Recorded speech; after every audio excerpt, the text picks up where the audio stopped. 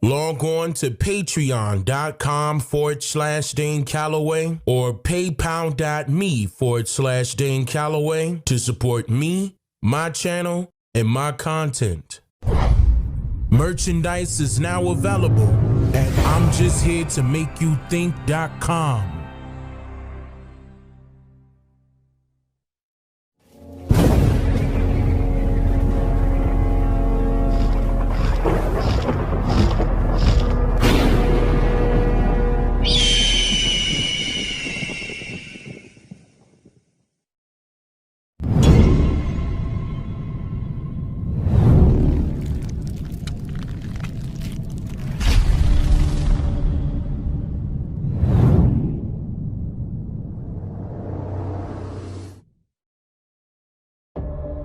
In today's society of America, technology has become big business due to the heavy influence of social media, social marketing, and social engineering. And millions of people all over the country have since progressed over time as being the victimized consumers. Over the years, it has become more common for the average American to own a smart device, due to how technology is advancing almost every 3 months now. So things like your typical refrigerator that would just normally act as a storage unit for your food has evolved into being a computer that stores your food, tells you today's forecast, allows you to surf the web, and even conveniently alerts you whenever a particular item in your fridge needs to be replenished. And this all sounds good and very utilitarian, I might add, but have we ever thought about where the line should be drawn here? Question everything.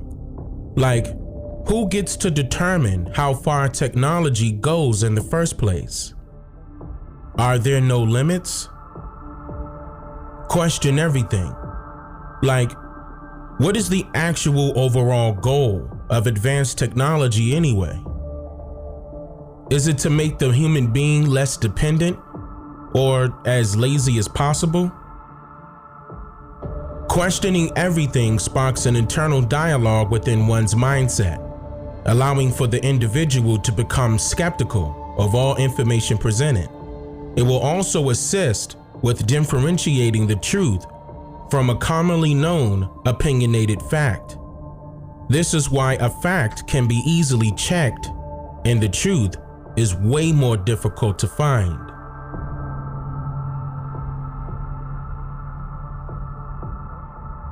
Now, there are many truths that lay dormant behind the original meaning of words, especially when it comes to the English language. And being cognizant of the history of the words you speak is a very essential key factor when you are progressing in perpetual divine oneness. In most cases, you would discover that particular words that you would commonly use in a benevolent fashion actually carries a negative, non-connotative definition, or rather, its primary meaning is used in a malevolent sense. For example, everyone can relate to using the word nice as a formal compliment normally, but it turns out that its original definition associates the word nice as being, quote, foolish, ignorant, frivolous, and senseless. Now, even though its definition changed around the early 1800s, who's to say what a person's actual intentions are when using this word? The point of me bringing this to your attention correlates with the original question of this segment, which is, why are they called smart devices? The original definition of the word smart as an adjective associates it as meaning, quote, painful, severe, stinging, causing a sharp pain. And using the word smart as a verb meant, quote, to be painful, to pain, to bite, to rub away, and to harm. So, with that in mind, even though we know that its definition has since been changed by some mysterious persons, could it be possible that smart devices are actually harmful? Well, nowadays, we have even more technology on the rise. And for the most part, people would tend to gravitate towards its simplistic functionalities and cool new features, more so than some safety concerns that a few of us may have pointed out publicly already. Remember that old saying, a hard head makes a soft behind? Let's take the new 5th gen networks for example, or rather those 5G networks that everyone is hearing about commercially, and how they are being campaigned as if it's the best new thing since sliced bread.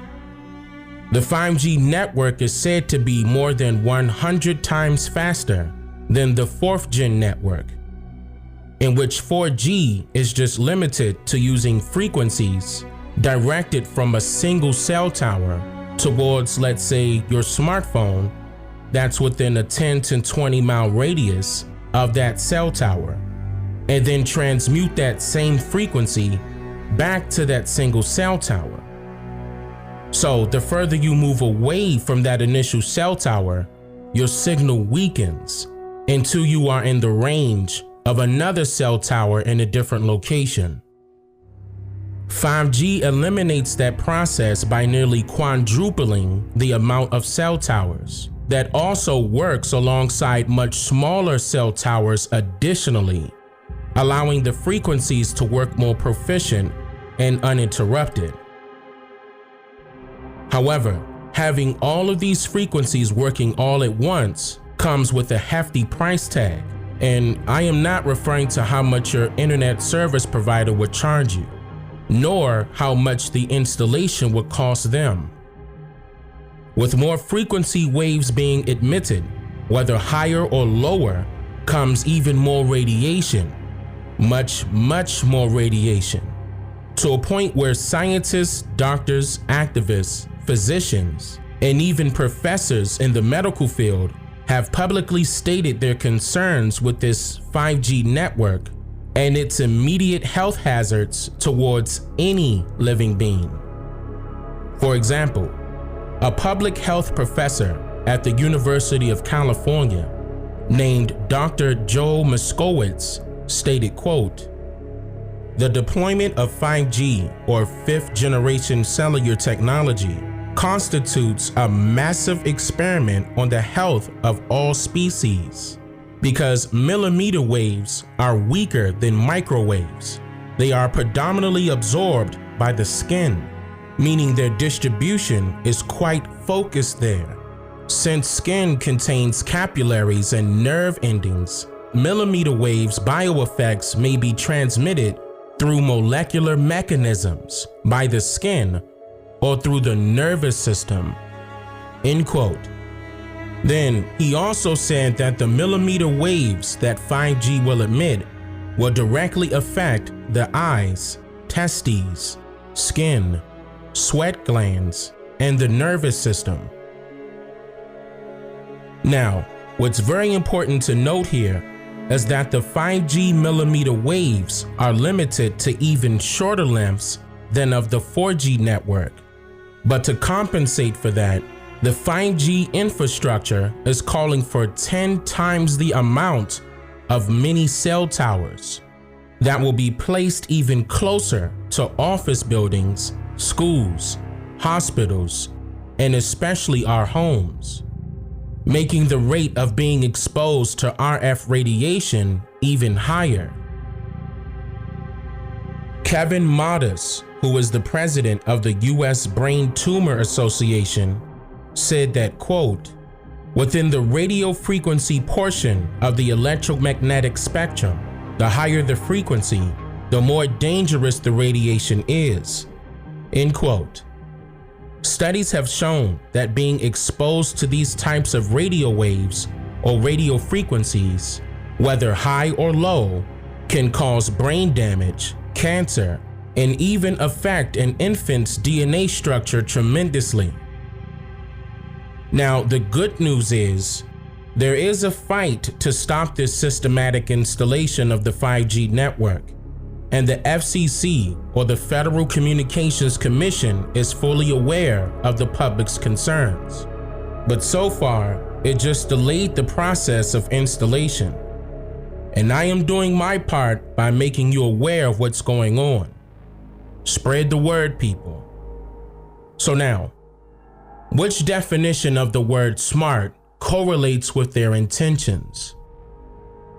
Wait, before you answer that, let's go over another alarming concern in regards to these smart devices. Most of you are aware that when you are utilizing, let's say, your smartphone, for example, that your direct location is being recorded, even if you have your locator off on your device.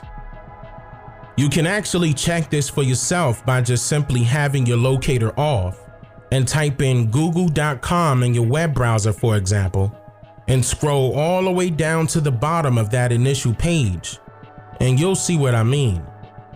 The reason why this is happening is due to your MAC address or your IP address that is automatically assigned to your specific internet service. This is also how those ads that you may see anywhere you surf the web is being catered to you based on your location and your browsing activity. Yeah, that gets recorded too. Oh, and let's not forget about how you just had a conversation with your friend about possibly buying some new item you wanted or needed. And then not long after that, you'll see an ad for that particular item pop up all of a sudden while you're surfing the web. That's because your conversations are also being softly recorded by your smartphone or any other smart device that has a built-in microphone, for that matter. Now, you're probably asking, is this even legal? Yes and no, but more so yes, due to you nonchalantly agreeing and accepting the terms of service and privacy policies of free websites like Facebook and Google, and free applications like Instagram and Twitter, and even those viral face manipulation apps that people download on their smart devices. If you didn't know this, be sure to make it a habit to read the privacy policies and even the permissions that you literally give them inadvertently. Now, with all of that being said, the alternative to combat these smart device privacy issues is a service called VPN, which is an acronym for Virtual Private Network. Having a VPN can allow its users to surf the internet privately, safely, and more secure. In more broader terms, having a VPN allows the user to hide their IP addresses from unwanted people, like, say for example, advertisers, scammers, hackers, and even the government if applicable. Hiding your IP address is not illegal, just in case you were wondering.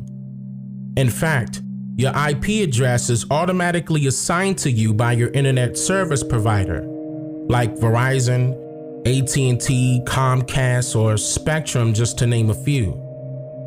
Your IP address tends to showcase your direct location, whether if you're at home, at work, or on the road, depending on which devices you are using at that time. And in most cases, the majority of people have no idea that their every move is being tracked, not only by their internet service provider, but anyone else that decides to take a peek at your activity for whatever reason. The best thing about having a VPN service is that you can stay anonymous for as long as you own the service, because a VPN service will literally hide your native IP address that was automatically assigned to you from being revealed to anyone anywhere on the internet by assigning you a totally different IP address that will resemble as if you are located in, say, another part of the world, for example. You do not have to have something to hide in order to have a reason to have a VPN. And you do not need to buy more equipment or switch to another internet service provider to own a VPN. There are plenty of VPN providers out there that you can choose from. Simply search for VPN providers on the internet. Take a look at what they offer, make price comparisons, and be sure to look at their reviews, then make the best choice for you. So in conclusion, no stranger should be allowed to do what they want to do with your privacy. And the way today's society is now, privacy is becoming even more obsolete due to those who are not cognizant of what to do in order to protect themselves from being monitored, tracked, blocked, and even identified. But now that you know all of this, what are you going to do about it? I'm just here to make you think.